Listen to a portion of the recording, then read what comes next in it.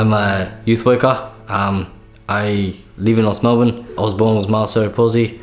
My parents are from Eritrea.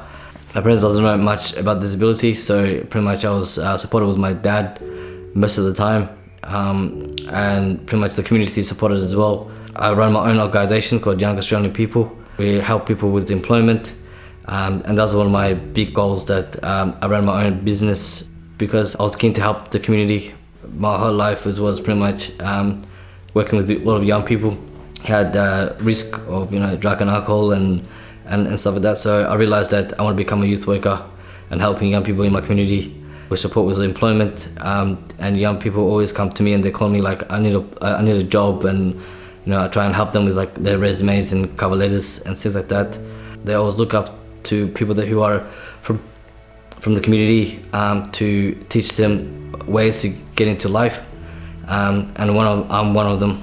2020, there was a big, massive lockdown in North Melbourne and Flemington and the other 9 towers. Basically, I heard it on TV, and when Dan Andrews said that North Melbourne would be in lockdown straight away, I called most of my friends that work in the community sectors, and pretty much called them and told them, like, listen, we need to have an emergency plan straight away. So the emergency plan was to have like a food relief in Amsa Mosque, and for myself, I was pretty much leading the communication between the people who are downstairs and working, volunteering, and people who are in the residence as well. So seeing what they need. We weren't able to go outside and get some food.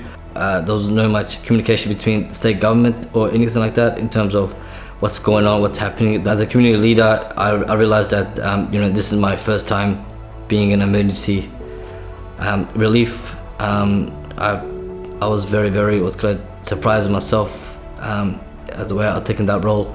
So a lot of the young people were pretty much looking up to me basically to do the role, because school was locked as well. So a lot of the young people were studying online, and they missed their exams. So pretty much trying to communicate with a lot of the young people and see how they're going.